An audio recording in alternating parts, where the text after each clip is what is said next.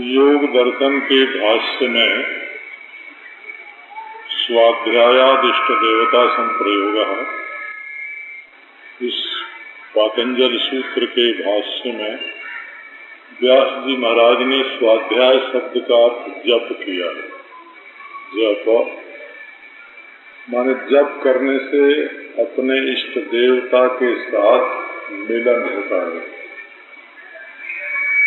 आप जिस देवता के उद्देश्य से मंत्र का जप करें, उस देवता का साक्षात्कार होता है जप से। इसी अर्थ में विष्णु पुराण में स्वाध्यायाद योगमासीत योगात् स्वाध्याय मामनेत स्वाध्याय योग संपत्तिया परमात्मा प्रकाशते।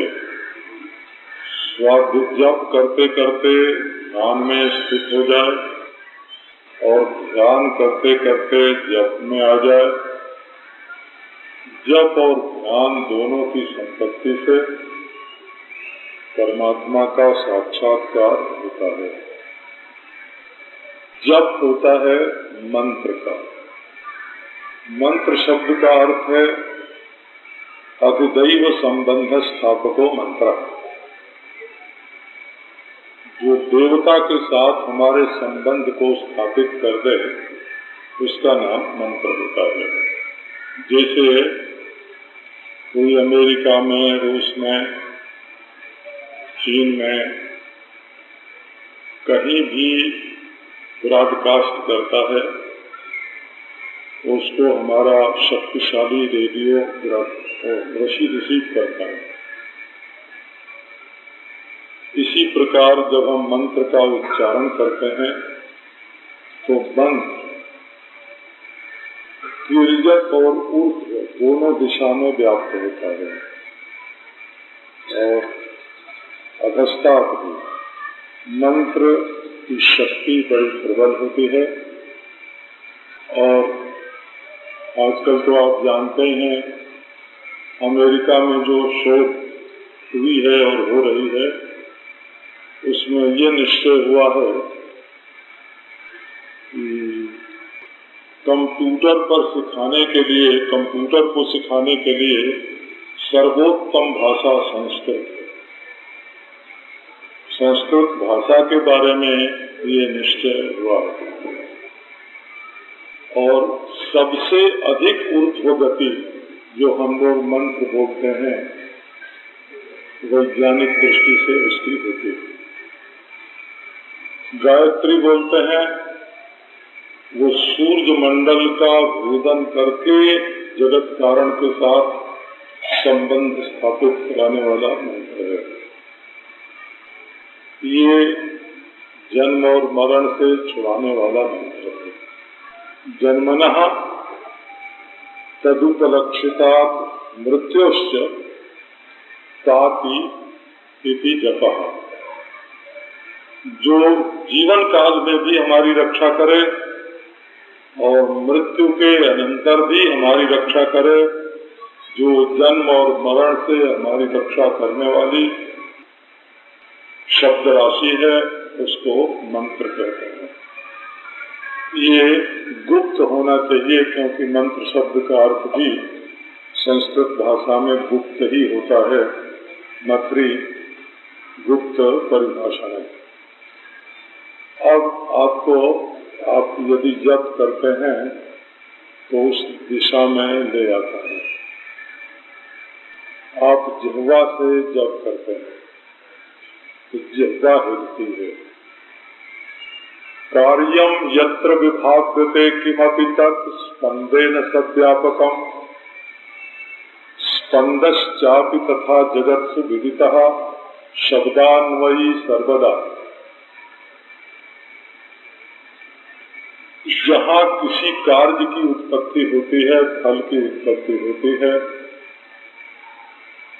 वहाँ स्पंद अवश्य होता है, हिलना अवश्य होता है। बिना हिले कारण का कार्याकार परिणाम नहीं हो सकता।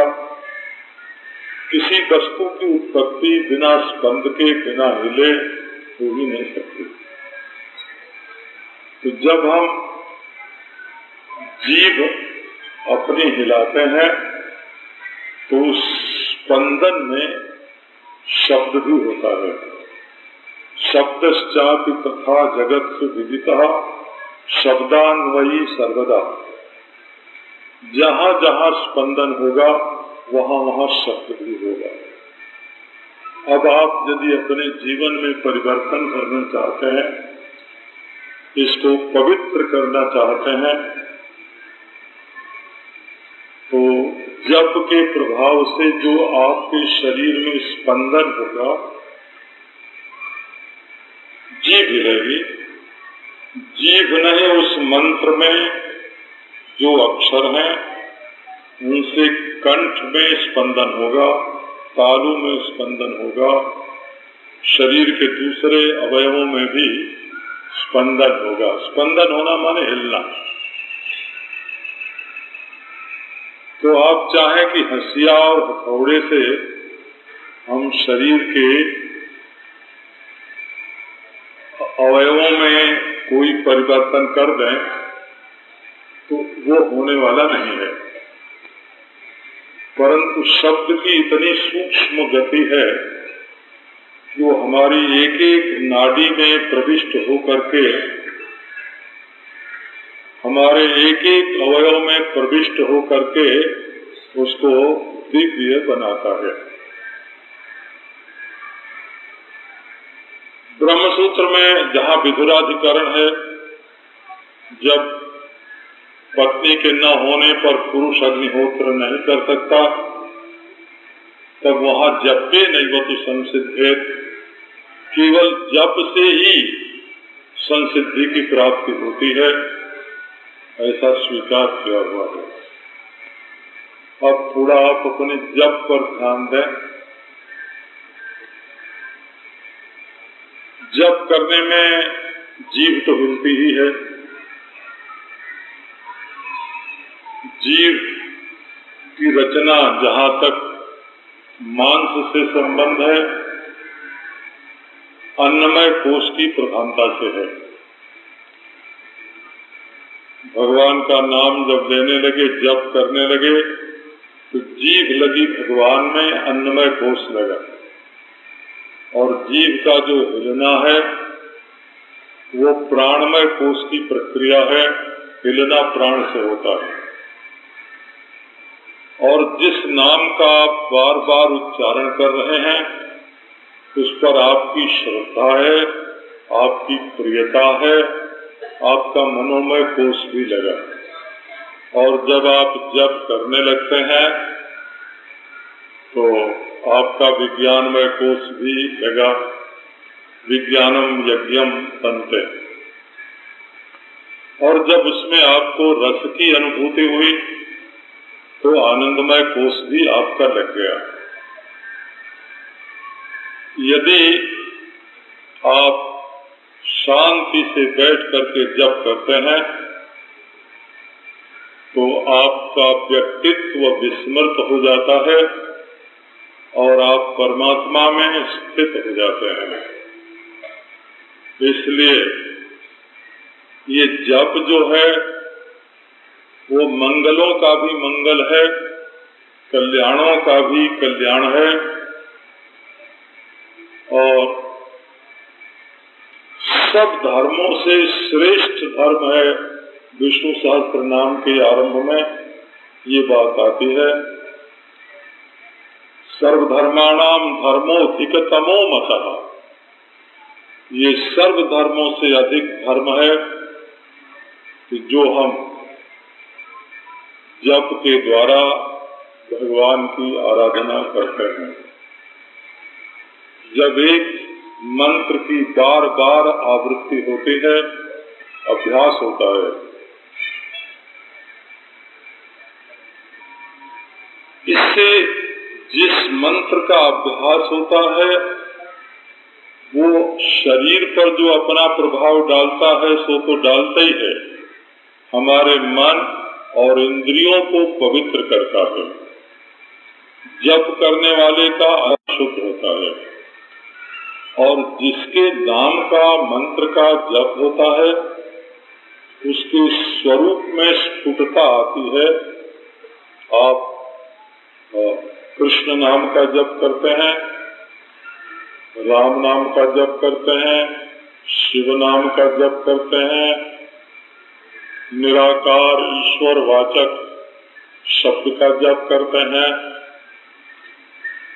अथवा नारायण जिससे आत्मा का स्वरूप स्पष्ट हो, परमात्मा का स्वरूप स्पष्ट हो, ऐसा जप करते हैं तो भजनीय उसके स्वरूप की, जिसका आप भजन कर रहे हैं, जिसका आप जप कर रहे हैं, उसके स्वरूप की स्फुटता आती है। इसलिए जप करने के वाले के अंतःकरण को शुद्ध करने वाला और भजनीय जो भगवान है उसके स्वरूप को स्पष्ट करने वाला ये जप एक परम पवित्र क्रिया है। और यदि इसमें मन की एकाग्रता हो और भजनीय के स्वरूप का ज्ञान हो तब तो ये भविष्य में फल देगा, सो बात नहीं है। एक एक मंत्र के उच्चारण में परमानंद का अनुभव होता है।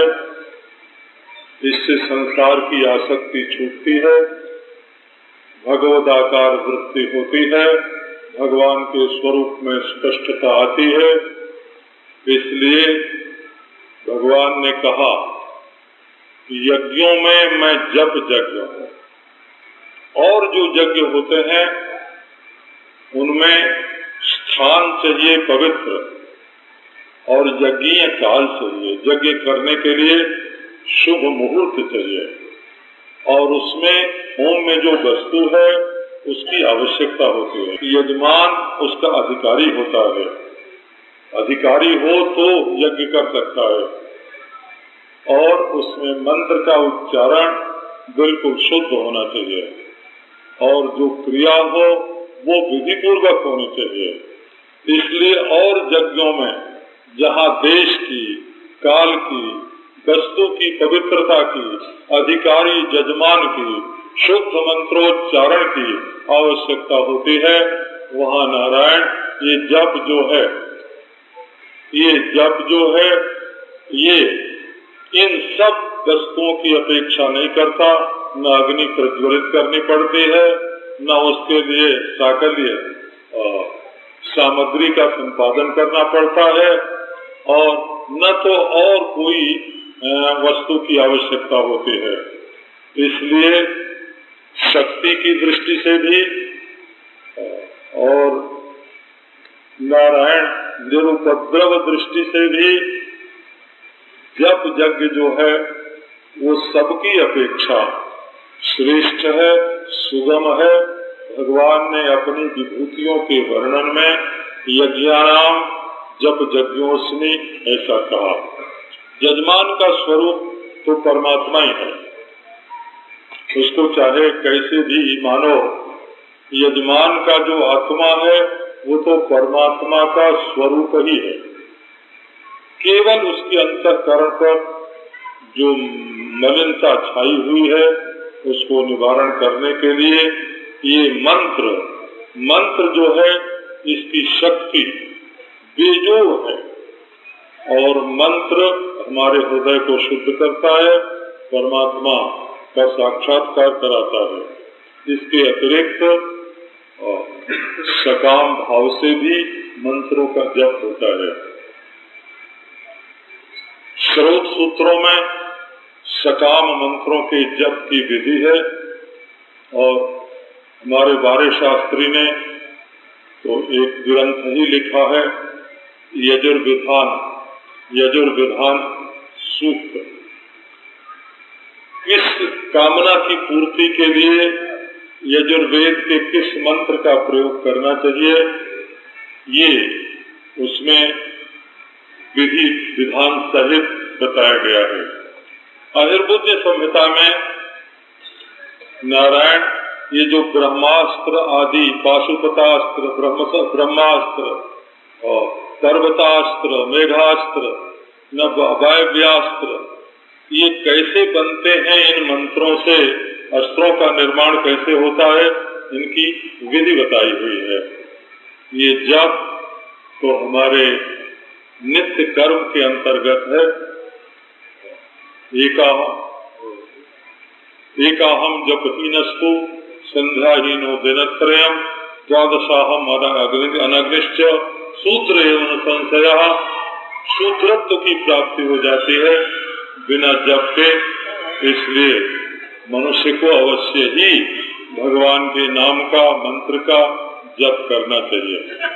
ये जैसे 2 अक्षर का राम राम है, ये राम रहस्योपनिषद में 2 अक्षर मंत्र के रूप में इसका उल्लेख है, और कृष्णोपनिषद में कृष्ण कृष्ण, इन 2 अक्षर के मंत्रों का उपदेश है।